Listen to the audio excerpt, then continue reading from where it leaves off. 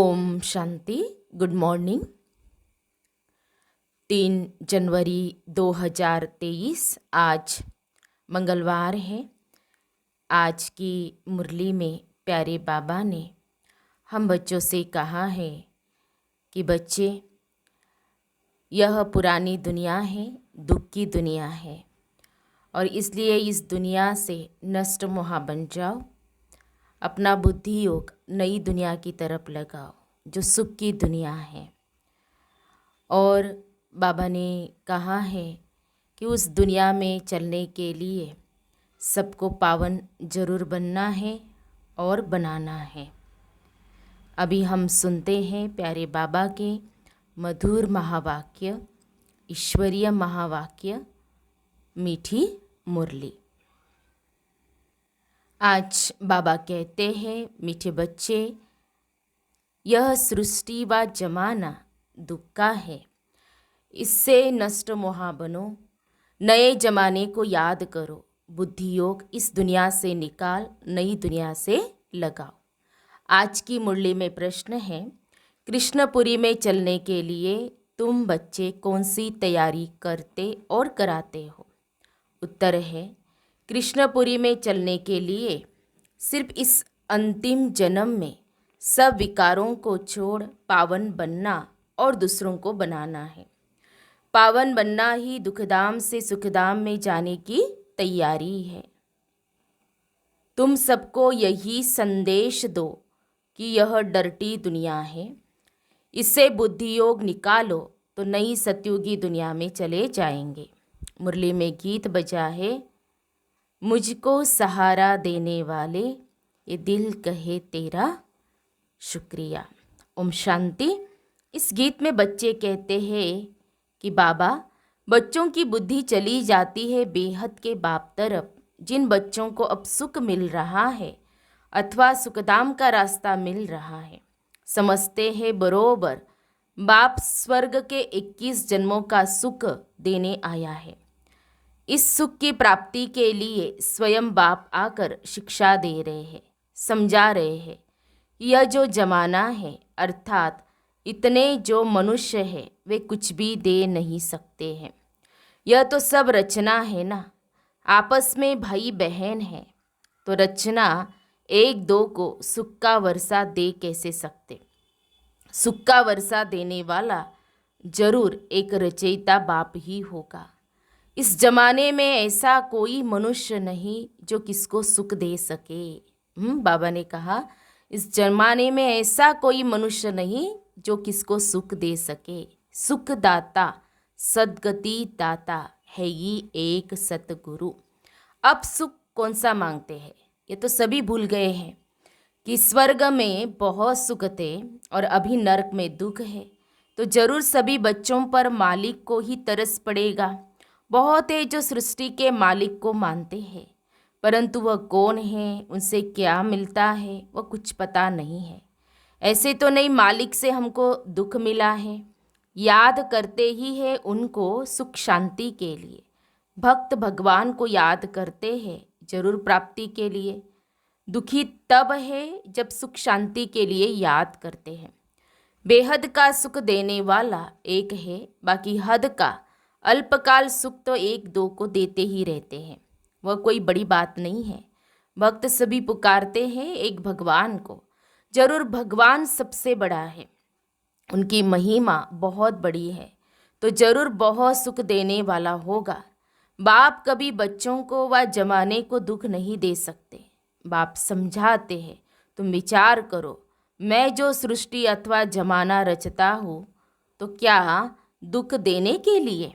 मैं तो रचता हूँ सुख देने के लिए, परंतु यह ड्रामा सुख दुख का बना हुआ है। मनुष्य कितने दुखी है। बाप समझाते हैं कि जब नया जमाना नई सृष्टि होती है तो उसमें सुख होता है, दुख पुरानी सृष्टि में होता है। सब कुछ पुराना जड़ जड़ीभूत हो जाता है। पहले जो मैं सृष्टि रचता हूँ उसको सतो प्रधान कहा जाता है। उस समय सभी मनुष्य कितने सुखी रहते हैं। वह धर्म अब प्राय लोप होने के कारण कोई की बुद्धि में नहीं है। तुम बच्चे जानते हो नया जमाना सतयुग था, अब पुराना है, तो आशा रखते हैं कि बाप जरूर नई दुनिया बनाएगा। पहले नई सृष्टि नए जमाने में बहुत थोड़े थे और बहुत सुखी थे, जिन सुखों का पारावार नहीं था। नामी कहते हैं स्वर्ग, वैकुंठ, नई दुनिया। तो जरूर उसमें नए मनुष्य होंगे, जरूर वह देवी देवताओं की राजधानी मैंने स्थापन की होंगी ना। नहीं तो जब कलयुग में एक भी राजा नहीं, सब कंगाल हैं। फिर एकदम सतयुग में देवी देवताओं की राजाई कहाँ से आई? यह दुनिया बदली कैसे? परंतु सभी की बुद्धि इतनी मारी हुई है जो कुछ भी समझते नहीं है। बाप आकर बच्चों को समझाते हैं। मनुष्य मालिक पर दोष धरते हैं कि वही सुख दुख देते हैं, परंतु ईश्वर को तो याद ही करते हैं कि आकर हमको सुख शांति दो, स्वीट होम में ले चलो। फिर पार्ट में तो जरूर भेजेंगे ना। कलयुग के बाद फिर सतयुग जरूर आना है। मनुष्य तो रावण की मत पर है, श्रेष्ठ मत तो है ही श्रीमत। बाप कहते हैं मैं सहेज राजयोग सिखाता हूँ। मैं कोई गीता का श्लोक आदि नहीं गाता हूँ जो तुम गाते हो। क्या बाप बैठ गीता सिखाएंगे? मैं तो सहेज राजयोग सिखाता हूँ। स्कूल में गीत कविताएं सुनाई जाती है क्या? स्कूल में तो पढ़ाया जाता है। बाप भी कहते हैं तुम बच्चों को मैं पढ़ा रहा हूँ, राजयोग सिखला रहा हूँ। मेरे साथ और कोई का भी योग नहीं है, सब मेरे को भूल गए हैं। बाबा ने कहा कि यह भूलना भी ड्रामा में नूंद है। मैं आकर फिर याद दिलाता हूँ, मैं तो तुम्हारा बाप हूँ। मानते भी हो इन कॉर्पोरियल गॉड है, तो उनके तुम भी इन कॉर्पोरियल बच्चे हो। निराकार आत्माएं, तुम फिर यहाँ आते हो पार्ट बचाने। सभी निराकार आत्माओं का निवास स्थान निराकारी दुनिया है, जो ऊंच ते ऊंच है। यह साकारी दुनिया, फिर आकारी दुनिया, और वह निराकारी दुनिया सबसे ऊपर तीसरे तबके पर है। तो बाप सम्मुख बैठ बच्चों को समझाते हैं हम भी वहाँ के रहने वाले हैं। जब नई दुनिया थी तो वहाँ एक धर्म था जिसको हेविन कहा जाता है। बाप को कहा ही जाता है हेविनली गॉड फादर। कलयुग है कंसपुरी, सतयुग है कृष्णपुरी। तो पूछना चाहिए अब तुम कृष्णपुरी चलेंगे? अगर तुम कृष्णपुरी चलने चाहते हो तो पवित्र बनो, जैसे हम तैयारी कर रहे हैं दुखधाम से सुखधाम में चलने की। ऐसे तुम भी करो। उसके लिए विकार जरूर छोड़ने पड़ेंगे। यह सबका अंतिम जन्म है, सभी को वापस जाना है। क्या तुम भूल गए हो 5000 वर्ष पहले यह महाभारी लड़ाई नहीं लगी थी, जिसमें सभी धर्म विनाश हुए थे और एक धर्म की स्थापना हुई थी। सतयुग में देवी देवताएं थे ना, कलयुग में नहीं है। अब तो रावण राज्य है, आसुरी मनुष्य है, उन्हों को फिर देवता बनाना पड़े। तो उसके लिए आसुरी दुनिया में आना पड़े, वह दैवी दुनिया में आएंगे, वह दोनों के संगम पर आएंगे। गाया भी हुआ है कल्प कल्प, कल्प के संगम युगे युगे आता हूँ। बाप हमको ऐसे समझाते हैं, हम उनकी श्रीमत पर है। कहते हैं मैं गाइड बन तुम बच्चों को वापस ले जाने के लिए आया हूँ। इसलिए मुझे कालों का काल भी कहते हैं। कल्प पहले भी महाभारी लड़ाई लगी थी, जिससे स्वर्ग के द्वार खुले थे, परंतु सभी तो वहाँ नहीं गए सिवाय देवी देवताओं के। बाकी सब शांति धाम में थे। तो मैं निर्वाण धाम का मालिक आया हूँ सभी को निर्वाण धाम ले जाने। तुम रावण की जंजीरों में फंसे हुए विकारी मूत पलीती आसुरी गुणों वाले हो। काम विकार है नंबर 1 डर्टी, फिर क्रोध लोभ नंबर वार डर्टी है। तो सारी दुनिया से नष्ट मोहा भी होना है, तब तो स्वर्ग चलेंगे। जैसे बाप हद का मकान बनाते हैं तो बुद्धि उसमें लग जाती है। बच्चे कहते हैं बाबा इसमें यह बनाना, अच्छा मकान बनाना। वैसे बेहद का बाप कहते, मैं तुम्हारे लिए नई दुनिया स्वर्ग कैसा अच्छा बनाता हूँ, तो तुम्हारा बुद्धि योग पुरानी दुनिया से टूट जाना चाहिए। या रखा ही क्या है, देह भी पुरानी, आत्मा में भी खाद पड़ी हुई है, वह निकलेंगी तब जब तुम योग में रहेंगे, ज्ञान भी धारण होगा। ये बाबा भाषण कर रहे हैं ना, हे बच्चे, तुम सभी आत्माएं मेरी रचना हो, आत्मा के स्वरूप में भाई भाई हो। अब तुम सभी को मेरे पास वापिस आना है। अभी सब तमो प्रधान बन चुके हो, रावण राज्य है ना, तुम पहले नहीं जानते थे कि रावण राज्य कब से आरंभ होता है। सतयुग में 16 कला है, फिर 14 कला होती है, तो ऐसे नहीं एकदम 2 कला कम हो जाती है, धीरे धीरे उतरते हैं। अभी तो कोई कला नहीं है, पूरा ग्रहण लगा हुआ है। अब आप कहते हैं कि दे दान तो छूटे ग्रहण, 5 विकारों का दान दे दो और कोई पाप नहीं करो। भारतवासी रावण को जलाते हैं, जरूर रावण का राज्य है, परंतु रावण राज्य किसको कहते हैं, राम राज्य किसको कहते हैं, यह भी नहीं जानते। कहते हैं राम राज्य हो, नया भारत हो, परंतु एक भी नहीं जानते कि नई दुनिया नया भारत कब होता है। सभी कब्र में सोए पड़े हैं। अब तुम बच्चों को तो सतयुगी झाड़ देखने में आ रहे हैं। यहाँ तो कोई देवता है नहीं, तो यह बाप आकर सब समझाते हैं। मात पिता तुम्हारा वही है स्थूल में, फिर यह मात पिता है। तुम मात पिता उनको गाते हो, सतयुग में तो ऐसे नहीं गाएंगे। वहाँ न कृपा की बात है, यहाँ मात पिता का बनकर फिर लायक भी बनना पड़ता है। बाप स्मृति दिलाते हैं, हे भारतवासी, तुम भूल गए हो, तुम देवताएं कितने धनवान थे, कितने समझदार थे। अब बेसमझ बन देवाला मार दिया है। ऐसा बेसमझ माया रावण ने तुमको बनाया है। तब तो रावण को जलाते हो, दुश्मन का एफिजी बनाए उनको जलाते हैं ना। तो तुम बच्चों को कितनी नॉलेज मिलती है, परंतु विचार सागर मंथन नहीं करते, बुद्धि भटकती रहती है। तो ऐसी ऐसी पॉइंट्स भाषण में सुनाने भूल जाते हैं, पूरा समझाते नहीं हैं। तुमको तो बाप का पैगाम देना है कि बाबा आया हुआ है, यह महाभारी लड़ाई सामने खड़ी है, सभी को वापिस जाना है, स्वर्ग स्थापन हो रहा है। बाप कहते हैं, देह सही देह के सभी संबंधों को भूल मुझे याद करो। बाकी सिर्फ ऐसे नहीं कहना है कि इस्लामी बौद्ध आदि सब भाई भाई है, ये तो सभी देह के धर्म है ना। सभी की जो आत्माएं हैं वह बाप की संतान है।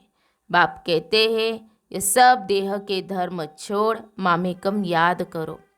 ये बाप का मैसेज देने के लिए हम शिव जयंती मना रहे हैं। हम ब्रह्मा कुमार कुमारिया शिव के पोत्रे हैं। हमको उनसे स्वर्ग की राजधानी का वर्षा मिल रहा है। तो बाप हमको पैगाम देते हैं कि मन मना भव, इस योग अग्नि से तुम्हारे विकर्म विनाश होंगे, अशरीरी बनो।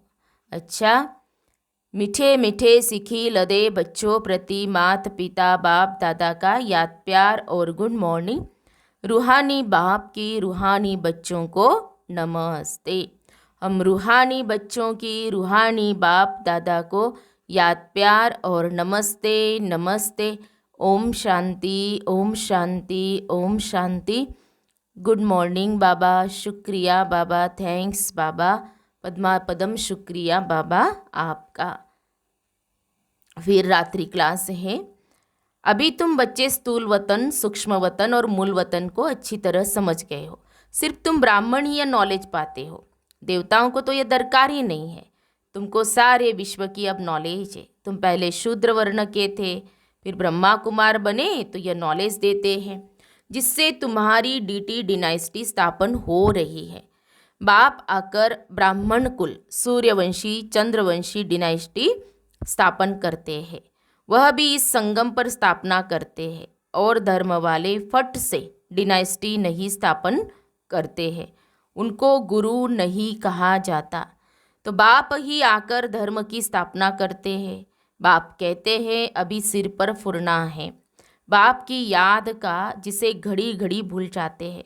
पुरुषार्थ कर धंधा आदि भी करते रहे और याद भी करते रहे हेल्दी बनने के लिए। बाप कमाई बड़ी जोर से कराते हैं, इसमें सभी कुछ भुलाना पड़ता है। हम आत्मा जा रही है, प्रैक्टिस कराई जाती है। खाते हो तो क्या बाप को याद नहीं कर सकते हो? कपड़ा सिलाई करते हैं, बुद्धि योग बाप की याद में रहे। खिचड़ा तो निकालना है, बाबा कहते हैं शरीर निर्वाह लिए भल कोई काम करो, है बहुत सहज। समझ गए हो 84 का चक्र पूरा हुआ। अब बाप राजयोग सिखाने आए हैं। यह वर्ल्ड की हिस्ट्री ज्योग्राफी इस समय रिपीट होती है। कल पहले जैसे ही रिपीट हो रही है। रिपीटेशन का राज भी बाप ही समझाते हैं। वन गॉड वन रिलीजन भी कहते हैं ना, वहाँ ही शांति होगी। वह है अद्वैत राज। द्वैत माना आसुरी रावण राज। वह है देवता, यह है दैत्य। आसुरी राज और दैवी राज्य का भारत पर ही खेल बना हुआ है। भारत का आदि सनातन धर्म था, पवित्र प्रवृत्ति मार्ग था। फिर बाप आकर पवित्र प्रवृत्ति मार्ग बनाते हैं। हम सो देवता, फिर कला कम होती गई। हम सो शूद्र डिनाइस्टी में आए। बाप पढ़ाते ऐसे हैं जैसे टीचर लोग पढ़ाते हैं। स्टूडेंट सुनते हैं। अच्छे स्टूडेंट पूरा ध्यान देते हैं, मिस नहीं करते हैं। तो बाबा ने कहा यह पढ़ाई रेगुलर चाहिए। ऐसी गॉडली यूनिवर्सिटी में अपसेंट होनी नहीं चाहिए। बाबा गुह्य गुह्य बातें सुनाते रहते हैं। अच्छा, गुड नाइट।